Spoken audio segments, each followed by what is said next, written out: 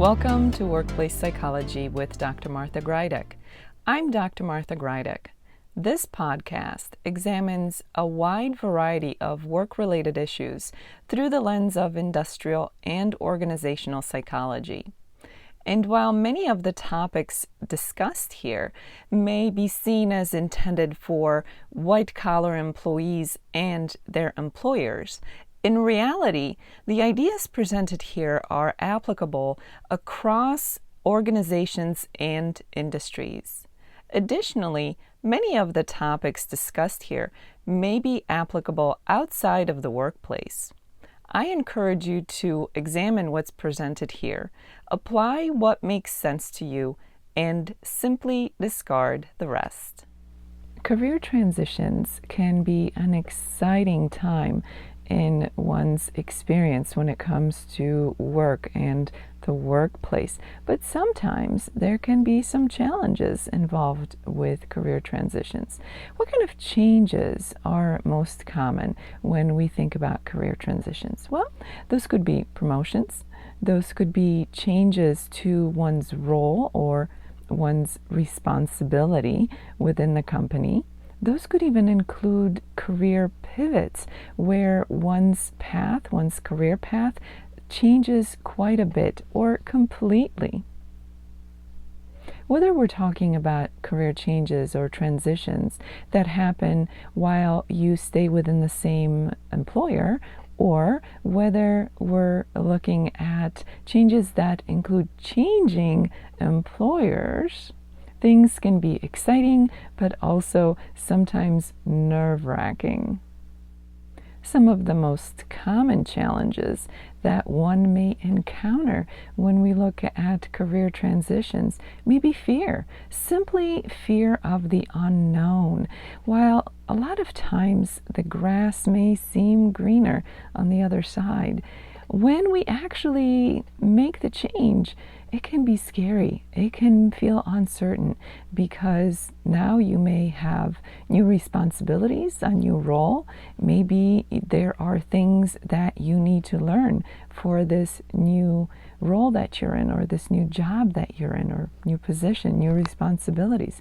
So fear of the unknown can sometimes get out of hand to the point of becoming debilitating, where sometimes people resist change, resist any kind of change to their career, their jobs, transitions within their career, simply because the fear is holding them back. So that's something that is important to notice and recognize.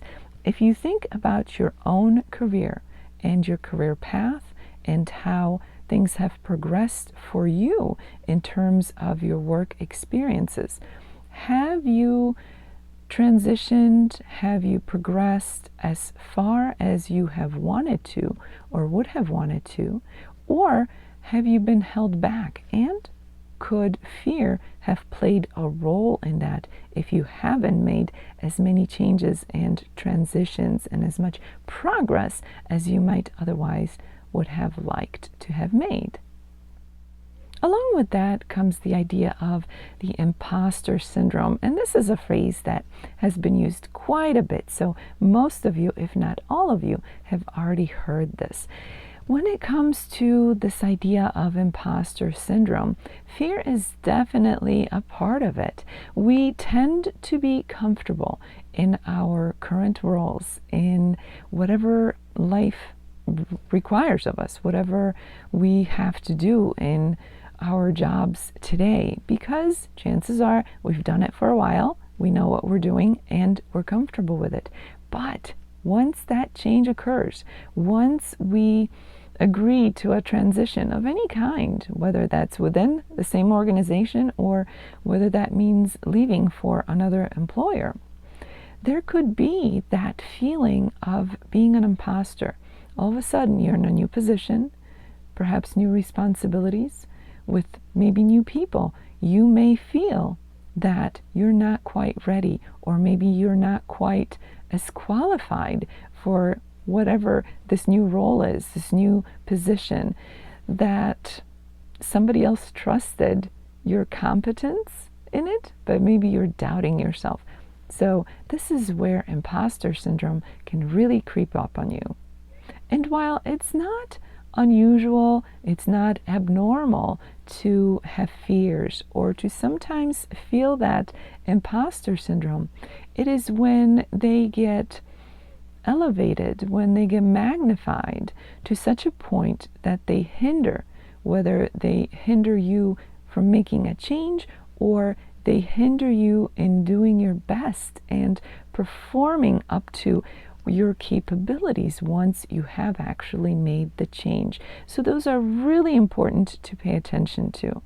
Don't let them stop you, but then don't let them hinder you if you've made the change despite your fears or despite feeling like an imposter.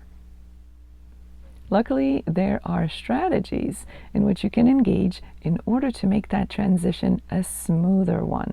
This is something that everybody can embrace, and it's not only something that individuals can engage in, but we'll get to employers in just a little bit.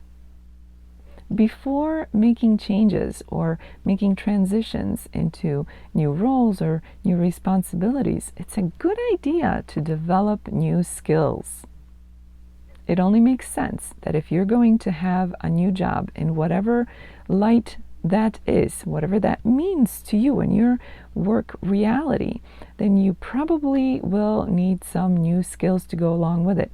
So why not start working on those skills before you make that change? That can make a tremendous difference when it comes to making a career transition. That can allow you to quiet some of your fears and have more confidence as you move into your new role. Mentors can be a tremendous resource. That's something that I always recommend to individuals. Whether you're looking to make a transition in terms of your career or simply make your current workplace experience a better one, having the right mentor can make all the difference in the world. And don't underestimate the idea of you being a mentor for someone else. You may be surprised how much you can gain as a mentor. It's not just about the mentee. But the bottom line is that in addition to developing new skills, I highly recommend that you connect with a mentor who can help to guide you through your career transitions and changes. You may be surprised how valuable their thoughts, ideas, and advice could be to you, especially if they are able to share similar experiences with you from their own histories. Something that few people tend to think about is the stress associated with transitions in one's career. It's very important that you get ahead of your stress management so that you don't find yourself so stressed out that it hinders your ability to progress in your career, to make changes, to make those transitions. Don't wait until your stress is overwhelming. It's always important to work on your stress management skills and abilities so that when it comes time to making a change, whether it's in your career or anything else, stress does not overwhelm you and doesn't hinder or stop you from making those changes or affects the quality of how the change goes. Of course, when it comes to more effective, better stress management, I always recommend to individuals that they check out my YouTube channel, Stress Free with Dr. G, or my book, The Stress Solution, both of which focus on effective stress management. As I alluded to earlier, the individual is not the only one who can influence the smoothness of a career transition or a change. The employers can play a big part in how well that transition goes. And this is just as important for employees who are changing and moving within the organization as it is for those employees who are leaving the organization. A good employer knows that they should never hinder an employee from their own development and progression for the fear of having them leave the company. That kind of mentality benefits no one. So what specifically can employers do to help with a smooth career transition for individuals. First and foremost, career development and appropriate training are critical. Any employer that keeps their employees well trained and always prepared to move forward in their own careers, whether that's within the company or outside of the company, is already a step ahead of so many other organizations. For some, this may feel counterintuitive to prepare someone to potentially move on and leave the company, but rest assured that the more you invest in your employees' career development, the more likely they are to stay with your organization. And of course, there are many different ways of offering individual transitional support to an employee. This is where honest and open conversations and frequent communications come into play. As an employee is transitioning into a new role, new responsibilities, or pivoting their career, the employer has a tremendous opportunity and, I will say, responsibility to be as engaged and as involved as possible. Just as the employer can make the transition a smooth one, they can also be a hindrance on the other end of that spectrum. As you can see, career transitions don't have to be difficult or scary, but they do require some time, effort, and attention, some prep work as well. It mostly comes down to the individual doing some work ahead of time and during the transition, but equally as important are the employers.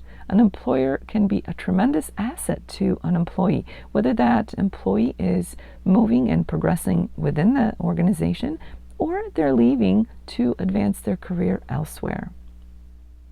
As this episode comes to an end, let's review what was discussed. Career transitions can come in many flavors, so to speak, whether we're looking at promotions or maybe new roles or new responsibilities, or maybe complete career pivots. All of those can be exciting, but sometimes maybe a little bit stressful as well. And whether career transitions are discussed in the context of moving within the same organization or moving to a different organization, the same rules apply. There are things that the individual can do to make the transition as smooth as possible. Some of that will involve work that is done ahead of time before any transition takes place. Developing new skills and working with a mentor can be tremendously helpful and can really make a big difference in making that career transition a little smoother. And of course, let's not forget the importance of effective stress management to prepare you for any transitions, whether that's today or those that are coming up ahead. Employers can play a big role in how one's career transitions go. They can be supportive and help the process, but of course, they can also be detrimental if they do all the wrong things.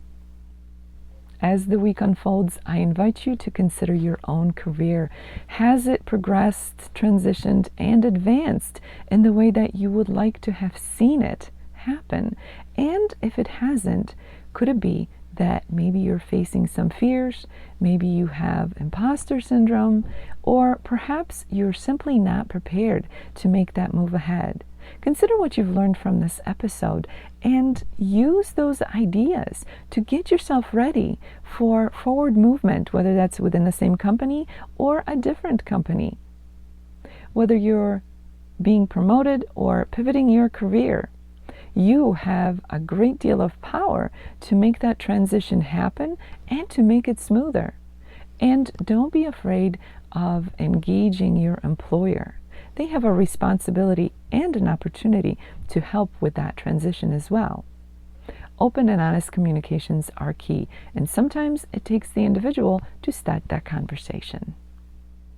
For those of you who experience this podcast in an audio-only version, I invite you to check out my YouTube channel, Stress Free with Dr. G, where you can find the video version of the podcast. While there, you can also check out some of my other videos, which focus on effective stress management. So go to YouTube at Stress Free with Dr. G. The link for that is in the description below. Thank you for joining me today. Please subscribe to this podcast. I look forward to seeing you here again next time. Until then, I wish you joy and well-being.